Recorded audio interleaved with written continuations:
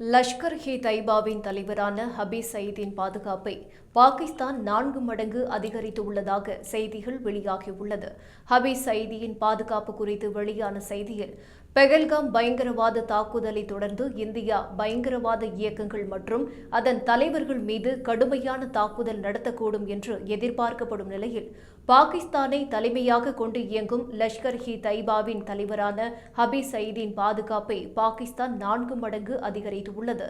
குறிப்பாக லாகூரின் ஜோஹர் நகரத்தில் வாழ்ந்து வரும் ஹபீஸ் சயீதியின் வீடு ட்ரோன்கள் மூலம் கண்காணிக்கப்பட்டு வருவது மட்டுமல்லாமல், அவரது வீட்டை சுற்றி சுமார் 4 கிலோமீட்டருக்கு சிசிடிவி கேமராக்கள் பொருத்தப்பட்டுள்ளன.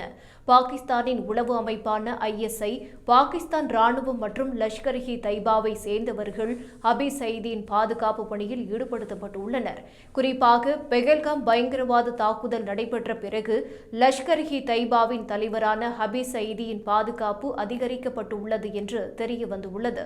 மேலும் ஹபீஸ் சயீதியின் உறவினர்களுக்கான பாதுகாப்பும் அதிகரிக்கப்பட்டுள்ளது என்றும், தேவையில்லாமல் ஹபீஸ் சயீதியின் உறவினர்கள் வெளியில் செல்ல வேண்டாம் என்றும் அறிவுறுத்தப்பட்டுள்ளதாக தெரிவிக்கப்பட்டுள்ளது.